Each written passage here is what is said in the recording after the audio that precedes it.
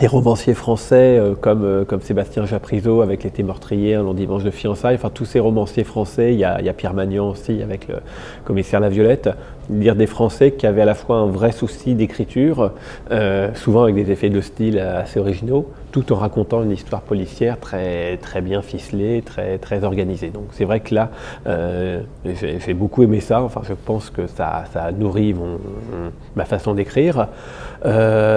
Après, j'ai quand même lu du thriller au sens des Granger, etc. Les premiers qui, à mon avis, quand même ont amené des Français à écrire de façon plus serrée, plus rapide, voilà, enfin, plus moderne, on va dire, enfin, plus ce qu'attendait quand même un certain public.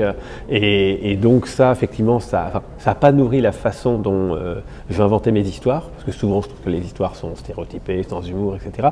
Par contre, ça a nourri la méthode, le fait d'aller vite, d'accrocher le lecteur. Bon, ça c'est clair.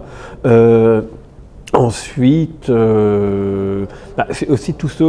Après, c'est tout l'imaginaire, c'est-à-dire les auteurs qui développent un imaginaire voilà, extraordinaire. Bon, moi, pour Quai du Polar, j'ai cité Brussolo, par exemple, Serge Brussolo, qui est un auteur qui est peu connu de ceux qui ne le lisent pas parce que il fait pas de médias, voilà, c'est pas quelqu'un qui rôde dans les festivals, mais par contre, voilà, qui a un imaginaire absolument fabuleux, de la science-fiction au roman policier, et voilà. Et donc après, je pourrais citer aussi des gens comme Vian, enfin tous ceux qui ont pu aussi être dans l'imaginaire pur.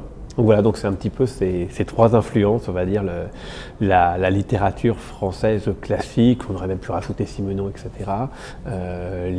Voilà, les auteurs délirants en termes d'imaginaire, et puis l'efficacité du polar américain. Un mélange des trois, peut-être.